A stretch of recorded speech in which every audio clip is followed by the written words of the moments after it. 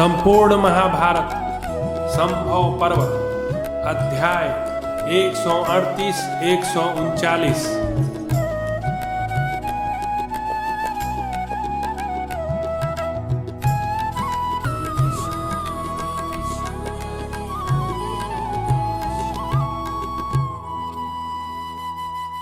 युधिष्ठिर का युवराज पद पर अभिषेक, पांडवों के शौर्य कीर्ति और बल के विस्तार से धृतराष्ट्र को चिंता, कणिक का धृतराष्ट्र को कूटनीति का उपदेश। वैशंपायन जी कहते हैं, राजन, तदनंतर 1 वर्ष बीतने पर धृतराष्ट्र ने पांडुपुत्र युधिष्ठिर को धृति, स्थिरता, सहिष्णुता, दयालुता, सरलता तथा अविचल सौहार्द आदि सद्गुणों के कारण पालन करने योग्य प्रजा पर अनुग्रह करने के लिए युवराज पद पर अभिषिक्त कर दिया। इसके बाद थोड़े ही समय में कुंती कुमार युधिष्ठिर ने अपने शील, उत्तम स्वभाव, सदाचार एवं सद्व्यवहार तथा समाधि मनोयोग पूर्वक प्रजा पालन की प्रवृत्ति के द्वारा अपने पिता महाराज पांडु की कीर्ति को भी ढक दिया। पांडुनंदन भीमसेन बलराम जी से नित्य प्रति खड्ग युद्ध, गदा युद्ध तथा रथ युद्ध की शिक्षा लेने लगे। शिक्षा समाप्त होने पर भीमसेन बल में राजा द्युमत्सेन के समान हो गए और पराक्रम से संपन्न हो अपने भाइयों के अनुकूल रहने लगे। अर्जुन अत्यंत दृढ़ता पूर्वक मुट्ठी से धनुष को पकड़ने में, हाथों की फुर्ती में और लक्ष्य को बीधने में बड़े चतुर निकले। वे चोर, नाराज, भल्ल और विपाठ नामक ऋजु, वक्र और विशाल अस्त्रों के संचालन का गूढ़ तत्व अच्छी तरह जानते और उनका सफलतापूर्वक प्रयोग कर सकते थे।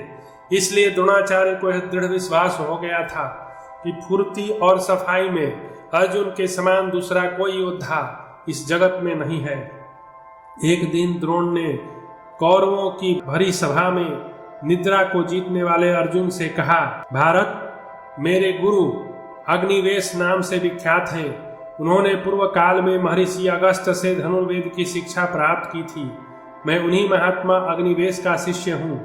एक पात्र गुरु से दूसरे सुयोग्य शिष्य को इसकी प्राप्ति कराने के उद्देश्य से सर्वथा उद्यत होकर मैंने तुम्हें यह ब्रह्मशीर नामक अस्त्र प्रदान किया, जो मुझे बड़ी तपस्या से मिला था। वह अमोघ अस्त्र वज्र के समान प्रकाशमान है। उसमें समूची पृथ्वी को भी भस्म कर डालने की शक्ति है। मुझे यह अस्त्र देते समय गुरु अग्निवेश जी ने कहा था, शक्तिशाली भरद्वाज, तुम यह अस्त्र मनुष्यों पर न चलाना। मनुष्यतर प्राणियों में भी जो अल्पवीर्य हो, उन पर भी इस अस्त्र को न छोड़ना। वीर अर्जुन, इस दिव्य अस्त्र को तुमने मुझसे पा लिया है, दूसरा कोई इसे नहीं प्राप्त कर सकता। राजकुमार, इस अस्त्र के संबंध में मुनि के बताए हुए इस नियम का तुम्हें पालन करना चाहिए। अब तुम अपने भाई बंधुओं के सामने ही मुझे एक गुरु दक्षिणा दो। तब अर्जुन ने प्रतिज्ञा की, अवश्य दूंगा। उनके यूं कहने पर गुरु द्रोण बोले, निष्पाप अर्जुन, यदि युद्ध भूमि में मैं भी तुम्हारे विरुद्ध लड़ने को आऊं तो तुम मेरा सामना करना। यह सुनकर कुरुश्रेष्ठ अर्जुन ने बहुत अच्छा कहते हुए उनकी इस आज्ञा का पालन करने की प्रतिज्ञा की और गुरु के दोनों चरण पकड़कर उन्होंने सर्वोत्तम उपदेश प्राप्त कर लिया। इस प्रकार समुद्र पर्यंत पृथ्वी पर सब ओर अपने आप ही यह बात फैल गई कि संसार में अर्जुन के समान दूसरा कोई धनुर्धर नहीं। पांडुनंदन धनंजय गदा, खड्ग, रथ तथा धनुष द्वारा युद्ध करने की कला में पारंगत हुए। सहदेव भी उस समय द्रोण के रूप में अवतीर्ण देवताओं के आचार्य बृहस्पति से संपूर्ण नीति शास्त्र की शिक्षा पाकर नीतिवान हो अपने भाइयों के अधीन होकर रहते थे। नकुल ने भी द्रोणाचार्य से ही अस्त्र शस्त्रों की शिक्षा पाई थी। वे अपने भाइयों को बहुत ही प्रिय थे और विचित्र प्रकार से युद्ध करने में उनकी बड़ी ख्याति थी। वे अतिरथी वीर कहे जाते थे। सौवीर देश का राजा, जो गंधर्वों के उपद्रव करने पर भी लगातार 3 वर्षों तक बिना किसी विघ्न बाधा के यज्ञों का अनुष्ठान करता रहा, युद्ध में अर्जुन आदि पांडवों के हाथों मारा गया। पराक्रमी राजा पांडु भी, जिसे वश में न ला सके थे, उस यवन देश यूनान के राजा को भी जीतकर अर्जुन ने अपने अधीन कर लिया। जो अत्यंत बली तथा कौरवों के प्रति सदा अभिमान एवं उद्दंडतापूर्ण बर्ताव करने वाला था, वह सोवीर नरेश विपुल भी बुद्धिमान अर्जुन के हाथ संग्राम भूमि में मारा गया। जो सदा युद्ध के लिए दृढ़ संकल्प किए रहता था, जिसे लोग दत्तामित्र के नाम से जानते थे, उस सौवीर निवासी सुमित्र का भी अर्जुन ने अपने बाणों से दमन कर दिया। इसके सिवा अर्जुन ने केवल भीमसेन की सहायता से एकमात्र रथ पर आरूढ़ हो युद्ध में पूर्व दिशा के संपूर्ण योद्धाओं तथा 10,000 रथियों को जीत लिया। इसी प्रकार एकमात्र रथ से यात्रा करके धनंजय ने दक्षिण दिशा पर भी विजय पाई और अपने धनंजय नाम को सार्थक करते हुए कुरुदेश की राजधानी में धन की राशि पहुंचाई। जन्मेजय, इस तरह नरश्रेष्ठ महामना पांडवों ने प्राचीन काल में दूसरे राष्ट्रों को जीतकर अपने राष्ट्र अभिवृद्धि की। तब दृढ़ता पूर्वक धनुष धारण करने वाले पांडवों के अत्यंत विख्यात बल पराक्रम की बात जानकर उनके प्रति राजा धृतराष्ट्र का भाव सहसा दूषित हो गया। अत्यंत चिंता में निमग्न हो जाने के कारण उन्हें रात में नींद नहीं आती थी। वैशंपायन जी कहते हैं, जन्मेजय, पांडु के वीर पुत्रों को महान तेजस्वी और बल में बढ़े चढ़े सुनकर महाराज धृतराष्ट्र व्याकुल हो बड़ी चिंता में पड़ गए। तब उन्होंने राजनीति और अर्थशास्त्र के पंडित तथा उत्तम मंत्र के ज्ञाता मंत्री प्रवर कणिक को बुलाकर इस प्रकार कहा। धृतराष्ट्र बोले, द्विजश्रेष्ठ, पांडवों की दिनों दिन उन्नति और सर्वत्र ख्याति हो रही है, इस कारण मैं उनसे डाह रखने लगा हूँ। कणिक, तुम भली भांति निश्चय करके बतलाओ, मुझे उनके साथ संधि करनी चाहिए या विग्रह? मैं तुम्हारी बात मानूंगा। वैशंपायन जी कहते हैं, राजा धृतराष्ट्र के इस प्रकार पूछने पर विप्रवर कणिक मन ही मन प्रसन्न हुए तथा राजनीति के सिद्धांत का परिचय देने वाली तीखी बात कहने लगे। निष्पाप नरेश, इस विषय में मेरी कही हुई बात सुनिए। कुरुवंशी शिरोमणि, इसे सुनकर आप मेरे प्रति दोष दृष्टि न कीजिएगा। राजा को सर्वदा दंड देने के लिए उद्यत रहना चाहिए, सदा ही पुरुषार्थ प्रकट करना चाहिए। राजा अपना छिद्र, अपनी दुर्बलता प्रकट न होने दे, परंतु दूसरों के छिद्र या दुर्बलता पर सदा ही दृष्टि रखे, और यदि शत्रुओं की निर्बलता का पता चल जाए तो उन पर आक्रमण कर दे। जो सदा दंड देने के लिए उद्यत रहता है, उससे प्रजाजन बहुत डरते हैं, इसलिए सब कार्य दंड के द्वारा ही सिद्ध करें। राजा को इतनी सावधानी रखनी चाहिए जिससे शत्रु उसकी कमजोरी न देख सके, और यदि शत्रु की कमजोरी प्रकट हो जाए तो उस पर अवश्य चढ़ाई करे। जैसे कछुआ अपने अंगों की रक्षा करता है, उसी प्रकार राजा अपने सब अंगों, राजा, अमात्य, राष्ट्र, दुर्ग, कोष, बल और सुहृद की रक्षा करे और अपनी कमजोरियों को छिपाए रखे। यदि कोई कार्य शुरू कर दे तो उसे पूरा किए बिना कभी न छोड़े, क्योंकि शरीर में गड़ा हुआ कांटा यदि आधा टूटकर भीतर रह जाए तो वह बहुत दिनों तक मवाद देता रहता है। अपना अनिष्ट करने वाले शत्रुओं का वध कर दिया जाए, इसी की नीतिज्ञ पुरुष प्रशंसा करते हैं। अत्यंत पराक्रमी शत्रु को भी आपत्ति में पड़ा दे, उसे सुगमता पूर्वक नष्ट कर दे। इसी प्रकार जो अच्छी तरह युद्ध करने वाला शत्रु है, उसे भी आपत्ति काल में ही अनायास ही मार भगाएं। आपत्ति के समय शत्रु का संहार अवश्य ही करें, उस समय उसके संबंध या सौहार्द आदि का विचार कदापि न करें। तात शत्रु दुर्बल हो तो भी किसी प्रकार उसकी उपेक्षा न करें, क्योंकि जैसे थोड़ी सी आग ईंधन का सहारा मिलने पर समूचे वन को जला देती है, उसी प्रकार छोटा शत्रु भी दुर्ग आदि प्रबल आश्रय का सहारा लेकर विनाशकारी बन जाता है। अंधा बनने का अवसर आने पर अंधा बन जाए, अर्थात अपनी असमर्थताओं के समय शत्रु के दोषों को न देखे, उस समय सब ओर से धिक्कार और निंदा मिलने पर भी उसे अनसुनी कर दे, अर्थात उनकी ओर से कान बंद करके बहरा बन जाए। ऐसे समय में अपने धनुष को तिनके के समान बना दे, अर्थात शत्रु की दृष्टि में सर्वथा दीनहीन असमर्थ बन जाए, परंतु व्याध की भांति सोए, अर्थात जैसे व्याध झूठे ही नींद का बहाना करके सो जाता है, और जब मृग विश्वस्त होकर आसपास चरने लगते हैं तो उठकर उन्हें बाणों से घायल कर देता है। इसी प्रकार शत्रु को मारने का अवसर देखते हुए ही अपने स्वरूप और मनोभाव को छिपाकर असमर्थ पुरुषों का सा व्यवहार करें। इस प्रकार कपटपूर्ण बर्ताव से वश में आए हुए शत्रु को साम आदि उपायों से विश्वास उत्पन्न करके मार डाले। यह मेरी शरण में आया है ऐसा सोचकर उसके प्रति दया नहीं दिखानी चाहिए। शत्रु को मार देने से ही राजा निर्भय हो सकता है। यदि शत्रु मारा नहीं गया तो उससे सदा ही भय बना रहता है। जो सहज शत्रु है उसे मुंह मांगी वस्तु देकर दान के द्वारा विश्वास उत्पन्न करके मार डाले। इसी प्रकार जो पहले का अपकारी शत्रु हो और पीछे सेवक बन गया हो उसे भी जीवित न छोड़े। शत्रु पक्ष के त्रिवर्ग, पंचम वर्ग और सप्तवर्ग का सर्वथा नाश कर डाले।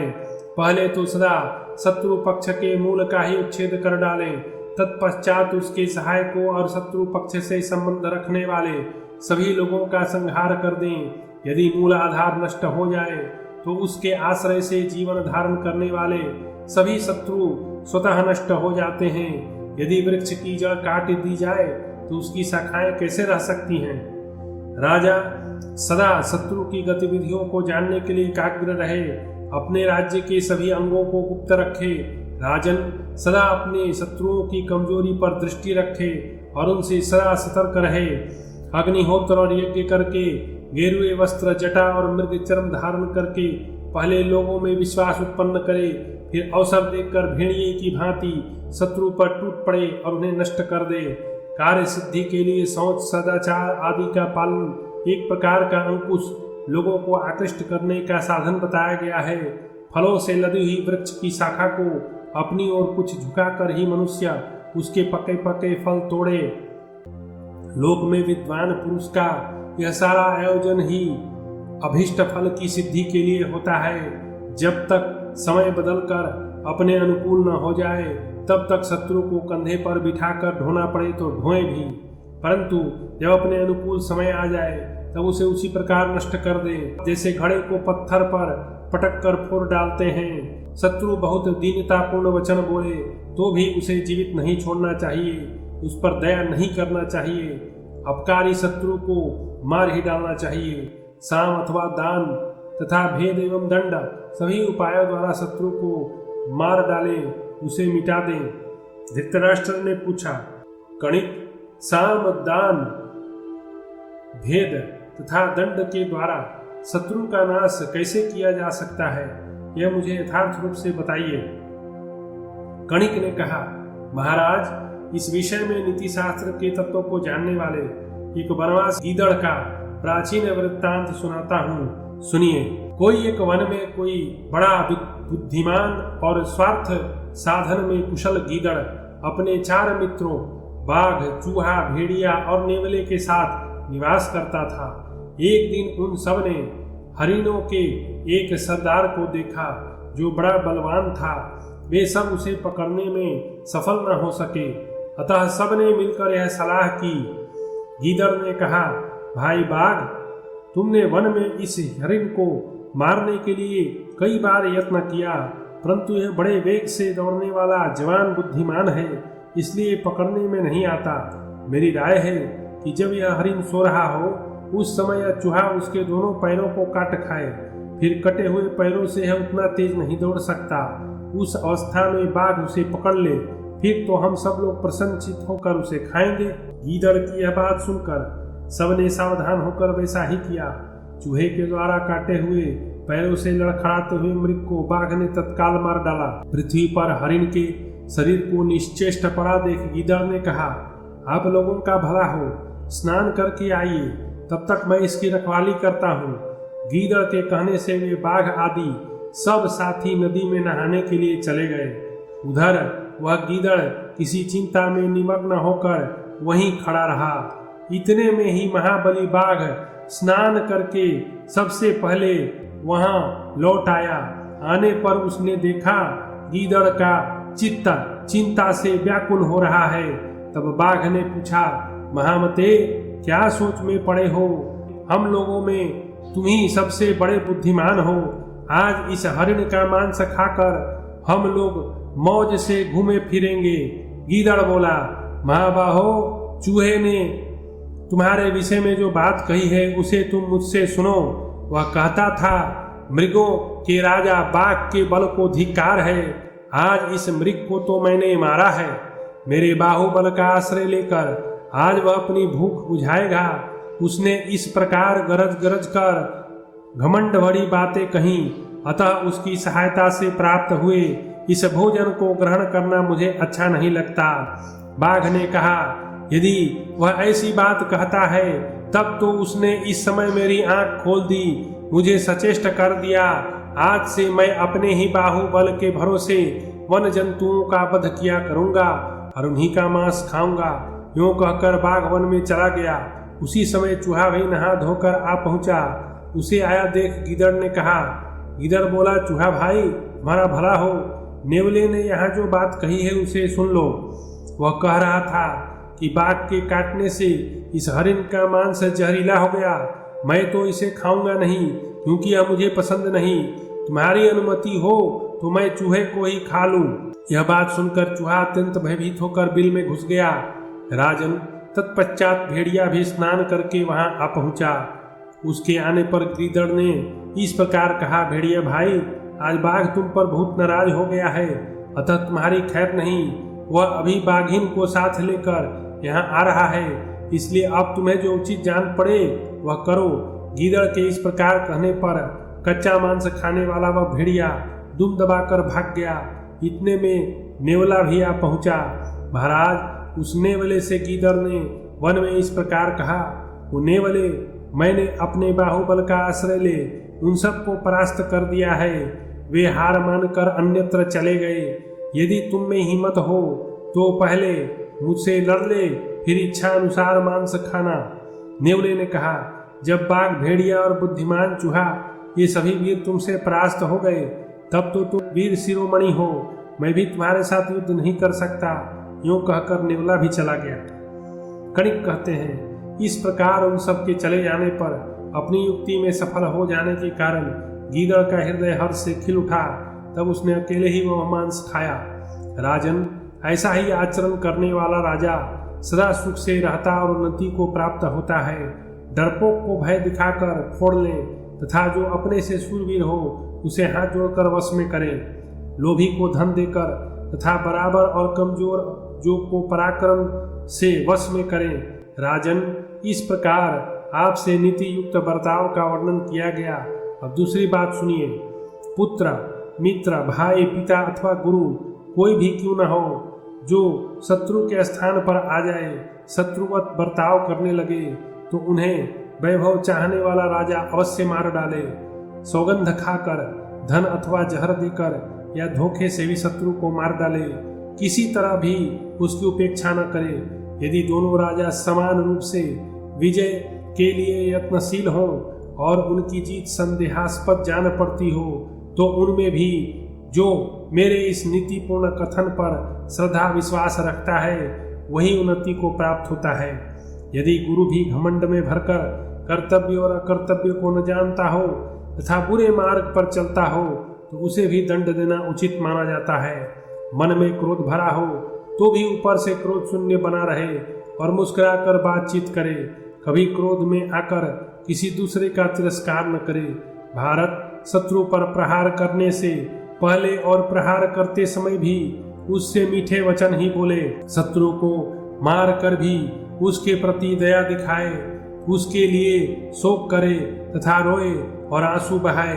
शत्रु को समझा बुझा कर, धर्म बताकर, धन देकर और सद्व्यवहार करके आश्वासन दे, अपने प्रति उसके मन में विश्वास उत्पन्न करे।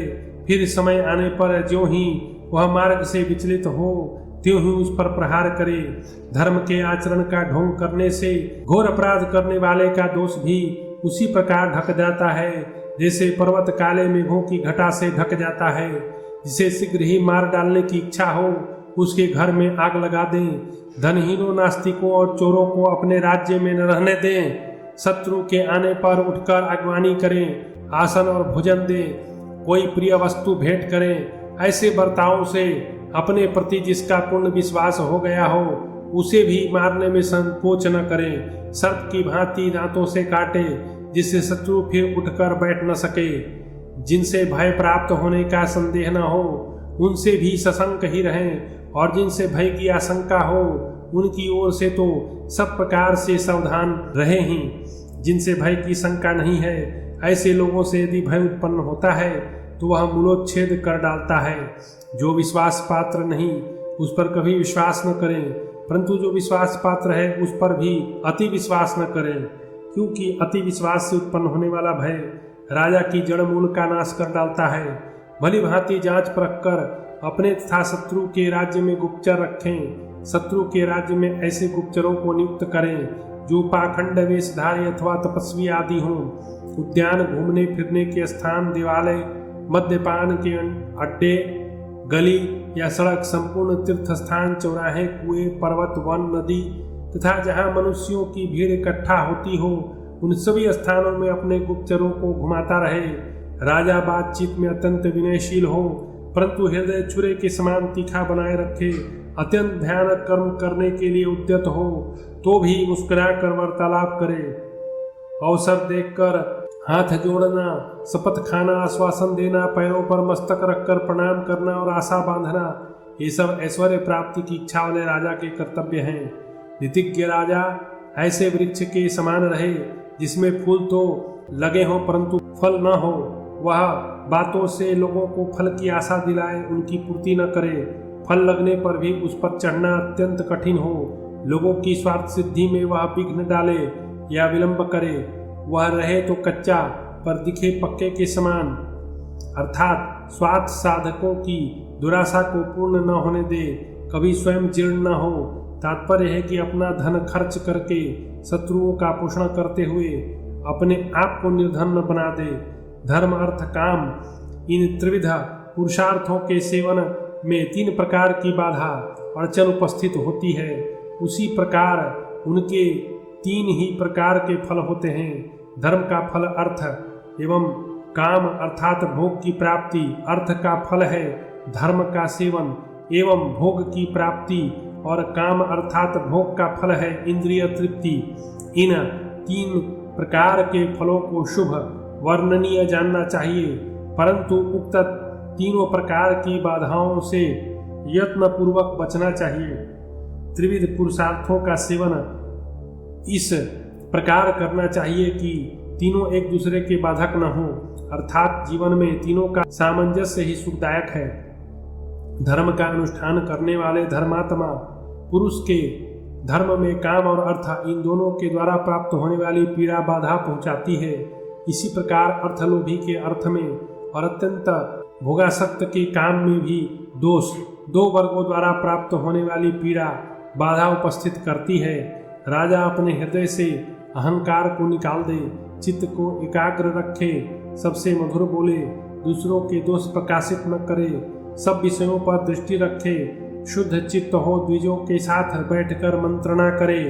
राजा यदि संकट में हो तो कोमल या भयंकर जिस किसी भी कर्म के द्वारा उस दुरावस्था से अपना उद्धार करे, फिर समर्थ होने पर धर्म का आचरण करे। कष्ट सहे बिना मनुष्य कल्याण का दर्शन नहीं करता। प्राण संकट में पड़कर यदि वह पुनः जीवित रह जाता है तो भला अपना भला देखता है। जिसकी बुद्धि संकट में पड़कर शोकाभिभूत हो जाए उसे भूतकाल की बातें राजा नल तथा श्री रामचंद्र जी आदि के जीवन का वृत्तांत सुनवा कर सांत्वना दे। जिसकी बुद्धि अच्छी नहीं है उसे भविष्य में लाभ की आशा दिलाकर था विद्वान पुरुष को तत्काल ही धन आदि देकर शांत करें। जैसे वृक्ष के ऊपर की शाखा पर सोया हुआ पुरुष जब गिरता है तब होश में आता है, उसी प्रकार जो अपने शत्रु के साथ संधि करके कृतकृत्य की भांति सोता है, निश्चित हो जाता है, वह शत्रु से धोखा खाने पर सचेत होता है। राजा को चाहिए कि वह दूसरे को दोष प्रकाशित न करके अपनी गुप्त मंत्रणा को सदा छिपाए रखने की चेष्टा करे। दूसरों के गुप्तचरों से तो अपने आकार तक को, क्रोध और हर्ष आदि को सूचित करने वाले चेष्टा तक को गुप्त रखे, परंतु अपने गुप्तचर से भी सदा अपनी गुप्त मंत्रणा की रक्षा करे। राजा मछली मारों की भांति दूसरे के मर्म विदीर्ण किए बिना, अत्यंत क्रूर कर्म किए बिना तथा बहुतों के प्राण लिए बिना बड़ी भारी संपत्ति नहीं पाता। जब शत्रु की सेना दुर्बल, रोगग्रस्त, जल या कीचड़ में फंसी, भूख प्यास से पीड़ित और सब ओर से विश्वस्त होकर निश्चेष्ट पड़ी हो, उस समय उस पर प्रहार करना चाहिए। धनवान मनुष्य किसी धनी के पास नहीं जाता। जिसके सब काम पूरे हो चुके हैं वह किसी के साथ मैत्री निभाने की चेष्टा नहीं करता। अतः अपने द्वारा सिद्ध होने वाले दूसरों के कार्य ही अधूरे रख दें, जिससे अपने कार्य के लिए उनका आना जाना बना रहे। ऐश्वर्य की इच्छा रखने वाले राजा को दूसरों के दोष न बताकर सदा आवश्यक सामग्री के संग्रह और शत्रुओं के साथ विग्रह युद्ध करने का प्रयत्न करते रहना चाहिए। साथ ही यत्न पूर्वक अपने उत्साह को बनाए रखना चाहिए। मित्र और शत्रु किसी को भी यह पता न चले कि राजा कब क्या करना चाहता है। कार्य के आरंभ अथवा समाप्त हो जाने पर ही सब लोग उसे देखें। जब तक अपने ऊपर भय आया न हो तब तक डरे हुए की भांति उसको टालने का प्रयत्न करना चाहिए, परंतु जब भय को सामने आया देख तब निडर होकर शत्रु पर प्रहार करना चाहिए। जो मनुष्य दंड के द्वारा वश में किए हुए शत्रु पर दया करता है वह मौत को ही अपनाता है। ठीक उसी तरह जैसे खच्चरी गर्भ के रूप में अपनी मृत्यु को ही उदर में धारण करती है। जो कार्य भविष्य में करना हो उस पर बुद्धि से विचार करें और विचारने के पश्चात तदनुकूल व्यवस्था करें। इसी प्रकार जो कार्य सामने उपस्थित हो उसे भी बुद्धि से विचार कर ही करें। बुद्धि से निश्चय किए बिना किसी भी कार्य या उद्देश्य का परित्याग न करें। ऐश्वर्य की इच्छा रखने वाले राजा को देश और काल का विभाग करके ही यत्नपूर्वक उत्साह एवं उद्यम करना चाहिए। इसी प्रकार देश काल के विभाग पूर्वक ही प्रारब्ध कर्म तथा धर्म, अर्थ और काम का सेवन करना चाहिए।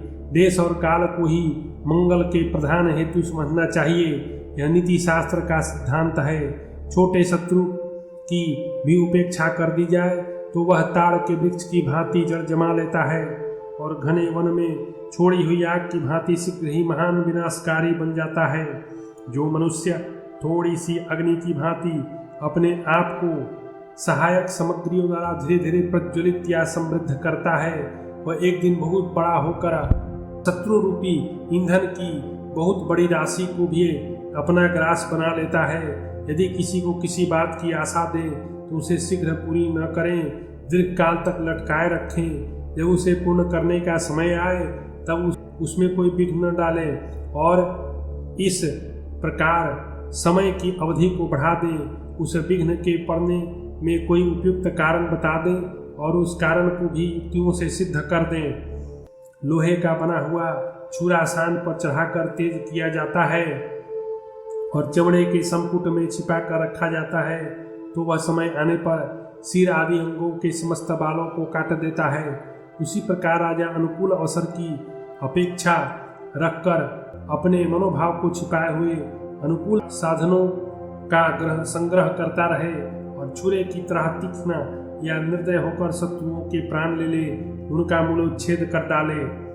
कुरुश्रेष्ठ, आप भी इसी नीति का अनुसरण करके पांडवों तथा दूसरे लोगों के साथ यथोचित बर्ताव करते रहें, परंतु ऐसा कार्य करें जिससे स्वयं संकट के समुद्र में डूब न जाएं। आप समस्त कल्याणकारी साधनों से संपन्न और सब में श्रेष्ठ हैं, यही सबका निश्चय है।